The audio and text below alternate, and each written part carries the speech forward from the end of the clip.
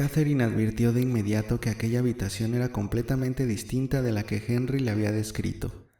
No era de un tamaño exagerado y no contenía tapices ni terciopelos. Las paredes estaban empapeladas, el suelo cubierto con una alfombra, las ventanas eran tan bellas y estaban tan limpias como las de la sala de abajo. Los muebles, sin ser completamente modernos, eran cómodos y de buen gusto, y el aspecto general resultaba alegre y confortable. Una vez satisfecha su curiosidad sobre este punto, Catherine decidió que no se entretendría en hacer un examen más minucioso por miedo a disgustar al general con su tardanza. Se quitó a toda prisa el traje de viaje y se disponía a deshacer un paquete de ropas que había traído consigo, cuando observó de pronto un arcón enorme colocado en el ángulo de la habitación formado por la chimenea. La vista de aquel mueble la estremeció, y olvidándose de cuanto la rodeaba, lo contempló inmóvil y dijo en voz baja para sí: «Qué extraño es esto. Yo no esperaba encontrar un arcón en esta habitación. ¿Qué contendrá? ¿Para qué lo habrán colocado ahí, medio oculto, como si pretendieran que pasase inadvertido? Debo examinarlo, pero a la luz del día. Si espero hasta la noche, mi bujía podría apagarse y entonces...». Avanzó y examinó el cofre más de cerca. Era de cedro, con incrustaciones de otra madera más oscura y sostenido sobre unos pedestales finamente detallados. La cerradura era de plata deslustrada por los años. En los extremos se observaban restos de asas del mismo metal, rotas, quizá, por un manejo excesivamente violento. En el centro de la tapa había una cifra misteriosa, también de plata. Catherine se inclinó para examinarla más de cerca, pero no consiguió descubrir su significado ni saber si la última letra era una T. Pero, ¿cómo en aquella casa iban a tener muebles adornados con iniciales que no correspondían al apellido de la familia? Y en caso de ser esto efectivamente así, ¿por qué misteriosa sucesión de hechos había llegado a poder de ésta? Catherine se sintió dominada por un irresistible sentimiento de curiosidad. Con manos temblorosas asió la cerradura para satisfacer su deseo de ver el contenido del cofre. Con gran dificultad, pues se resistía a su esfuerzo, logró levantar un poco la tapadera, pero en ese momento la sorprendió una llamada a la puerta. Asustada dejó caer la tapa. La persona inoportuna era la doncella de Miss Tilney, a quien éste enviaba para saber si podía ser útil a Miss Morland. Catherine la despidió de inmediato, pero la presencia de la criada la había hecho volver a la realidad y, desechando sus deseos de seguir explorando el misterioso arcón, comenzó a vestirse sin pérdida de tiempo. A pesar de sus buenas intenciones, no lo hizo del todo rápido, lo que hubiera sido de desear, debido a que no acertaba a apartar la mirada ni los pensamientos del objeto de su curiosidad, y aun cuando no se atrevió a perder más tiempo en examinarlo, le faltó fuerza de voluntad para alejarse de él. Al cabo de unos instantes, sin embargo, pensó que bien podía permitirse hacer un nuevo y desesperado intento, tras el cual, si invisibles y sobrenaturales cerraduras no la retenían, la tapa quedaría finalmente abierta. Animada por este pensamiento, intentó una vez más abrir el cofre, y sus esperanzas no se vieron defraudadas. Ante los ojos asombrados de la muchacha quedó al descubierto una colcha de tela blanca, cuidadosamente doblada, que ocupaba todo el lado del enorme cofre. Catherine estaba contemplándola cuando se presentó Miss Tilney, preocupada por la tardanza de su amiga. A la vergüenza que suponía el haber alimentado una absurda suposición, Catherine hubo de añadir la de verse sorprendida en semejante acto de indiscreción. «Es un arcón interesante, ¿verdad?», preguntó a Eleanor, mientras la muchacha, tras cerrarlo a toda prisa, se dirigió hacia el espejo. «Ignoramos cuántas generaciones lleva aquí, ni siquiera sabemos por qué fue colocado en esta habitación, de la que no he querido que lo saquen por si algún día lo necesitamos para guardar sombreros y capas, pero en ese rincón no le estorba a nadie». Tan azorada estaba Catherine y tan ocupada en abrocharse el cinturón del traje mientras ideaba alguna excusa, que no pudo contestar a su amiga. Miss Tilney volvió a insistir con amabilidad en lo tardío de la hora, y medio minuto más tarde ambas bajaban corriendo por las escaleras, presas de un temor no del todo infundado, pues al llegar al salón encontraron al general, quien, reloj en mano, esperaba el momento de que entrasen para hacer sonar la campanilla y dar a continuación la orden de que la comida fuese servida de inmediato. El énfasis con que pronunció estas palabras hizo temblar a Catherine e inspiró en ella un sentimiento de profunda compasión por los hijos del irascible señor y de odio hacia todos los cofres antiguos del mundo. Poco a poco fue recobrando su ecuanimidad el general, y al fin hasta riñó a su hija por haber metido tantas prisas a su bella amiga, que había llegado a la mesa sin aliento. Al fin y al cabo no era necesario apresurarse tanto. Aquellas palabras, sin embargo, no consolaron a Catherine de haber provocado la reprimenda que había sufrido Eleanor, ni la falta de sentido que la había impulsado a perder tan tontamente el tiempo. No obstante, una vez que se hubieron sentado todos a la mesa, las sonrisas del general y el apetito de éste devolvieron la tranquilidad a la muchacha. El comedor era una habitación espaciosa, amueblada con un gusto y un lujo que los ojos inexpertos de Catherine apenas lograban apreciar. A pesar de ello, absorbieron su atención tanto las dimensiones de la estancia como el número de sirvientes que en ella había, y lo expresó con tono de admiración. El general, profundamente satisfecho, admitió que en efecto era una habitación bastante grande, y luego reconoció que, aun cuando tales cuestiones no le interesaban tanto como a la mayoría de la gente, consideraba que un comedor espacioso era algo indispensable en la vida, añadiendo a continuación que ella seguramente estaría acostumbrada a mejor y más lujosas estancias en casa de Mr. Allen. «Pues no», respondió Catherine con tono firme. «El comedor de Mr. Allen debe ser la mitad de este». Hizo una pausa y agregó: «La verdad es que nunca he visto uno más grande, se lo aseguro».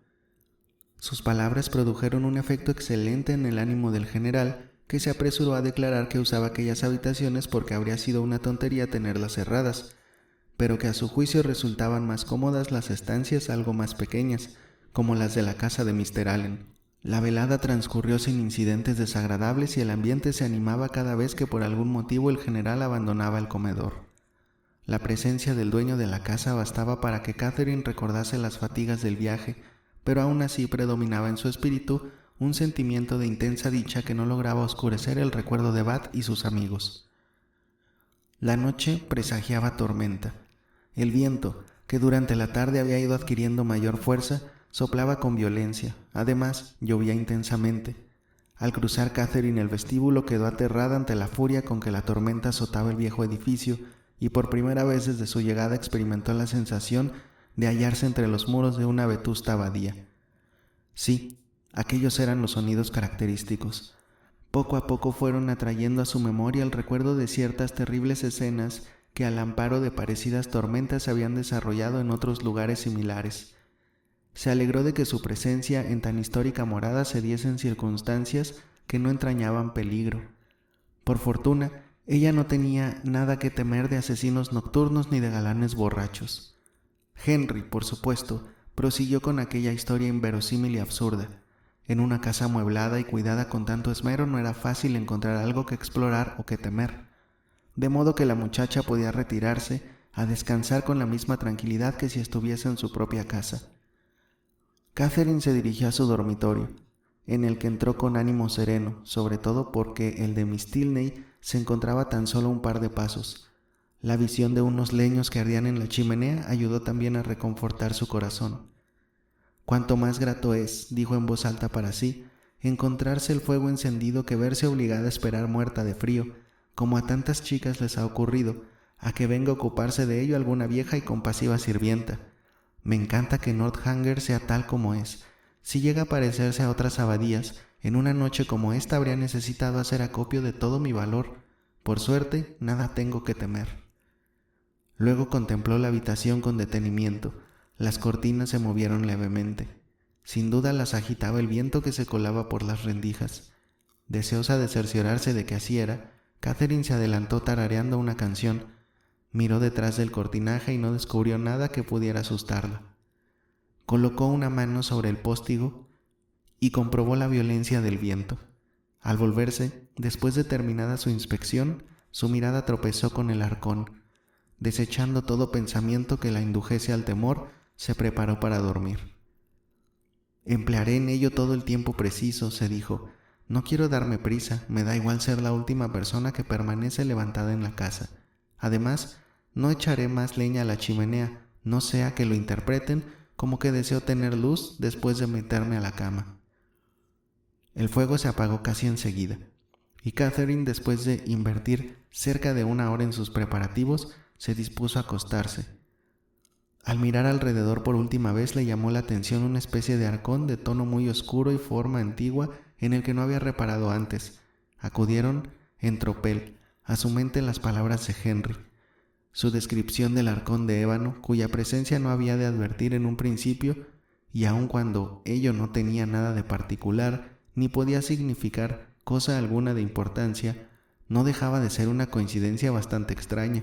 Cogió su bujía y examinó aquella caja detenidamente. No estaba hecha de ébano ni tenía incrustaciones de oro, pero era casi negra y despedía reflejos dorados. Catherine observó que la cerradura tenía puesta la llave y sintió deseos de abrirla, no tanto por creer que hallaría algo de interés como por hacer coincidir todo aquello con las palabras de Henry. Estaba convencida de que no conseguiría dormir hasta que averiguase qué contenía, y al fin, tras dejar con cuidado la bujía sobre una silla, cogió con mano trémula la llave y trató de hacerla girar. La cerradura se resistió. Buscó entonces por otro lado y encontró un cerrojo que logró descorrer fácilmente. Tampoco así logró abrir las tapas. Se detuvo por un instante, maravillada. El viento rugía dentro de la chimenea y la lluvia azotaba con furia los cristales de la habitación. Todo cooperaba para hacer más extraño su hallazgo y más terrible su situación.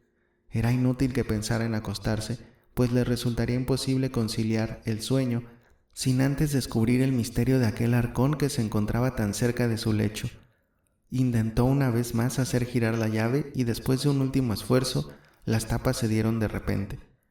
Catherine experimentó la satisfacción que produce toda victoria y después de abrir por completo las 2 tapas, la segunda de las cuales estaba sujeta por pestillos no menos misteriosos que la cerradura, descubrió entonces una hilera doble de pequeños cajones colocada entre otro de mayor tamaño, y en el centro una puerta diminuta y herméticamente cerrada, tras la cual se ocultaba, probablemente, un hueco tan importante como misterioso. Catherine sintió que se le aceleraba el pulso, pero la serenidad no la abandonó ni por un instante. Rojas las mejillas y fija la mirada, sacó uno de los cajones. Estaba vacío. Con menos temor y más curiosidad abrió otro, luego otro más y así todos, encontrándolos igualmente vacíos. Buena conocedora por sus lecturas del arte de ocultar un tesoro, pensó de inmediato en la posibilidad de que los cajones tuvieran un doble fondo y volvió a examinarlos cuidadosamente. Todo fue en vano. No le quedaba por registrar más que el hueco del centro, y aun cuando no podía estar desanimada, puesto que ni por un segundo creyó que tal vez encontrase algo en el arcón, decidió que sería absurdo no seguir intentándolo. Tardó bastante en abrir la portezuela que cerraba el hueco, pero al fin lo consiguió. Esta vez no fue en vano. Al instante descubrió en lo más profundo de aquel hueco un rollo de papel que sin duda alguien había procurado ocultar. Es imposible describir los sentimientos que embargaron de pronto a Catherine. Baste decir que se puso blanca como el papel y las piernas empezaron a temblarle. Cogió con ademán nervioso el precioso manuscrito, pues tal era, según comprobó enseguida, y al tiempo que se percataba de la extraordinaria semejanza de aquella situación con la que describía Henry, decidió no descansar sin antes haber examinado detenidamente el contenido del misterioso rollo. La poca luz que despedía su bujía la alarmó. Sin embargo, comprobó que por el momento no había peligro de que se apagara. Era probable incluso que aún durase varias horas, y con el objeto de obtener una luz más clara y facilitar así la lectura de una caligrafía que por lo antigua bien podía resultar casi ilegible, intentó despabilar la vela.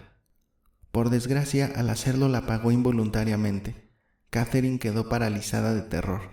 La oscuridad era completa. La habitación quedó sumida en la más siniestra negrura. Una fuerte sacudida del viento aumentó el pánico de Catherine, haciéndola temblar de pies a cabeza.